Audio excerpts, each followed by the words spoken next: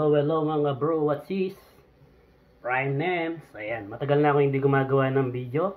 Shoutout sa mga manonood natin dyan, sa mga kaibigan natin, sa Nipawa, sa Alberta, dito, lalo na dito sa Ontario. Ayan, gagawa lang po tayo ng reaction video tungkol doon sa sinasabing 5 years na wala pang ipon. Yun sa kay Jeremy Vlog ng nasa Nipawa, Manitoba. Yun. Dami na kasi siyang buzzer. Marami na nagre-reaction, na bakit daw ganun. 5 taon na, wala pa daw pong ipon. Ito lang po ang masasabi ko. Totoo po yung sinasabi niya at kanya-kanya po tayong ng sitwasyon sa buhay. Yan po.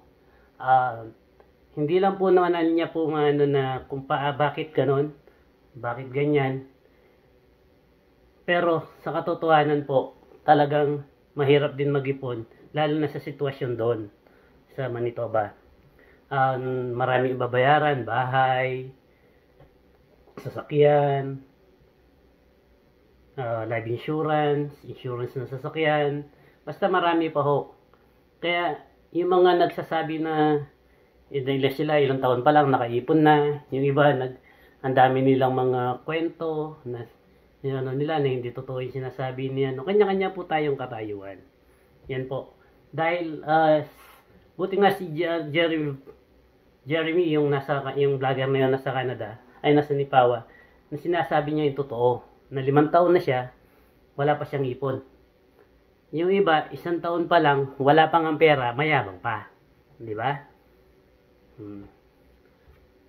Pag niya na, kala mo, gano'n siya kaano ng mga yabang, or ano pa yung mga nila. Pero kanya-kanya nga po nga sitwasyon yun eh. Nakita niya lang na kumuha siya ng bagong sasakyan, kumuha siya ng pero wala po siyang ipon. Sana po na ninyo sa kanya na mga konti-konti niya mga sinasabi at maintindihan nyo lahat ang kanyang mga sitwasyon. Ako galing din po ako doon sa Manitoba, sa Nipawa. Galing po ako doon. Halos 5 taon din mahigit ako sa Nipawa. Halos sa lahat na ng part-time dyan, napasukan ko na yung brewery, pagawa ng alak, yung pong trail meat, dyan sa katayan ng baboy, halos pati cleaning, pati yung carpet washer, nagbabrush kami ng mga carpet at saka ng mga tent. Ayan, napasukan ko na rin po yan dyan sa Nipawa. Halos hindi naman po kalakihan din ng sahod doon. Sakto lang sakto lang po na makakaraos ka, pambayad ng bahay, pambayad ng insurance, pambayad ng ano. Wala nga po siyang ipon, pero at least yung pamilya niya kasama niya. At nakikita naman yung ginastos niya sa sarili niya. Yun lang po. Huwag niyo po siyang binabas na bakit 5 taon ka na, wala ka pang ipon, wala ka pang kung ano-ano. Niyo na lang po, sampulin niyo na lang po yung sarili niyo. Kung mataas ang sweldo niyo, kung kayo ay tawag dito, construction worker dito, o isa kayong doktor, nurse, hindi naman po ganun na sahod.